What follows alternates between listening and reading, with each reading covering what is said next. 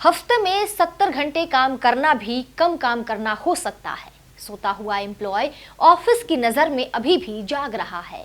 उसकी नींद में भी उसको काम सौंपा जा सकता है। बंधुआ मजदूरी का ये मॉडर्न वर्जन है, जहां बंधन की मोहर साफ तौर पर तो दिखाई नहीं देती मगर मौजूद है।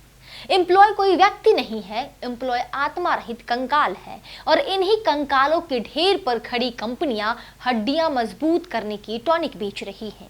ऑफिस एम्प्लॉय की अपनी मर्जी से समय समय पर छटनी करता रहे और टारगेट ये भी कि अप्रेजल और इंक्रीमेंट के नाम पर तनख्वाह न बढ़ाकर केवल एम्प्लॉय की पीठ थपथपा दी जाए।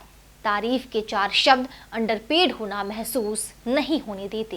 राइटर गौतम आकाश की ये लाइन आज के युवाओं, रोजगार और टॉक्सिक वर्क कल्चर को पूरा परिभाषित करता है।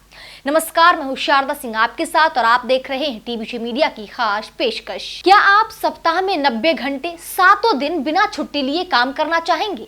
ऑफिस जाना चाहेंगे?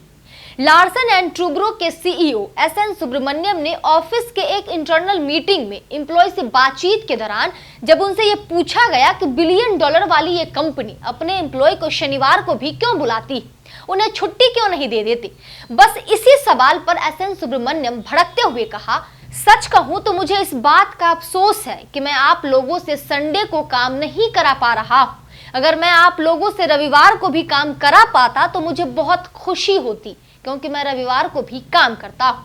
आप घर पर बैठे क्या करते हैं? आप अपनी पत्नी को कितनी देर तक देख सकते हैं? पत्नियां कब तक अपने पतियों को देख सकती हैं? ऑफिस पहुंचे और काम करें। अगर आपको अपने देश को टॉप पर पहुंचाना है तो सप्ताह में 90 घंटे काम करने होंगे। Why is L&T still making employees work on Saturdays even after being one of the largest conglomerates and the face of India's business world? I regret I'm not able to make you work on Sundays, to be honest. If I can make you work on Sundays, I'll be more happier, because I work on Sundays also. What do you do sitting at home? How long can you stare at your wives? How long can the wife stare at your husband? Come on, get to the office and start working. मसलन जिस देश में एक परीक्षा ईमानदारी से और समय पर हो जाए, इसके लिए युवा नौजवान को धरने पर बैठना पड़ता है और ये सो कॉल्ड बिजनेसमैन लेक्चर दे रहे हैं कि इंडिया का नंबर 1 बनाना है तो 7 दिन काम करे, सप्ताह में 90 घंटे काम करे, तभी आप नंबर 1 बन सकते हैं। अभी आप बिहार में देखा होगा बीपीएससी एग्जाम को लेकर किस तरह से युवा प्रदर्शन कर रहे। इससे पहले यूपी, राजस्थान, मध्य प्रदेश, कमोबेश देश के सभी राज्यों का यही हाल है कि परीक्षा में धांधली हो रही है। सरकार क्या सुधार कर रही है वो आप सबके सामने। लेकिन सोचना चाहिए कि सीईओ और कर्मचारी की सैलरी में कितना अंतर होता है और ये सैलरी का अंतर बढ़ता ही रहता है।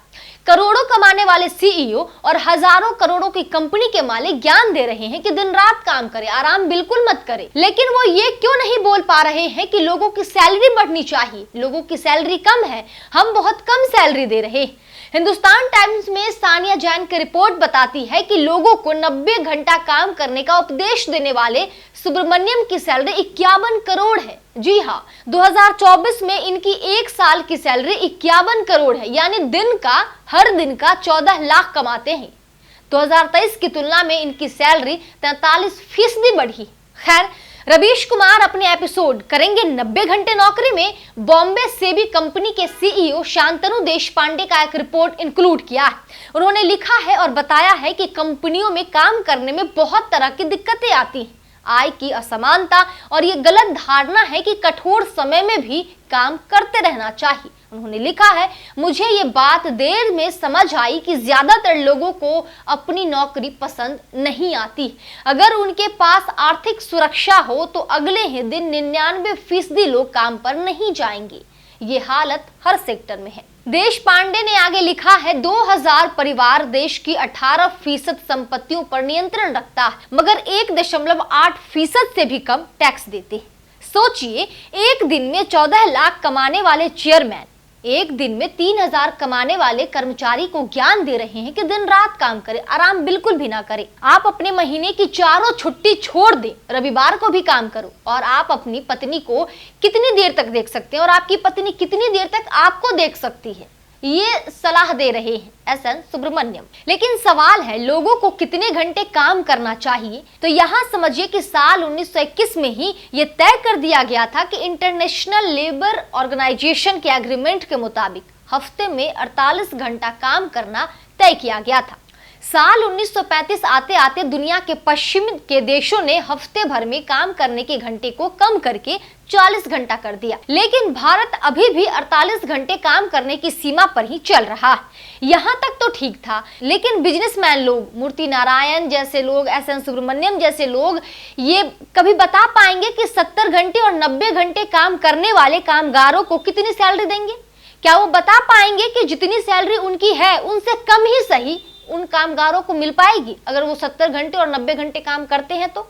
लेकिन ये लोग इस पर नहीं बोलेंगे, इस पे चर्चा भी नहीं करेंगे। बस अपनी बैलेंस सीट बनाए रखने के लिए देश को टॉप पर पहुंचाने का झांसा देकर ये जरूर कहेंगे कि 90 घंटे काम करिए। फिलहाल इस वीडियो में इतना ही। आपकी आवाज ही बदलाव ला सकती है। कमेंट में अपनी राय जरूर दें। इस वीडियो को लाइक करें और ऐसे ही महत्वपूर्ण खबरों के लिए हमारे चैनल TVG मीडिया को सब्सक्राइब करें। आज के लिए इतना ही। मिलती हूँ अगले एपिसोड में, तब तक के लिए नमस्कार।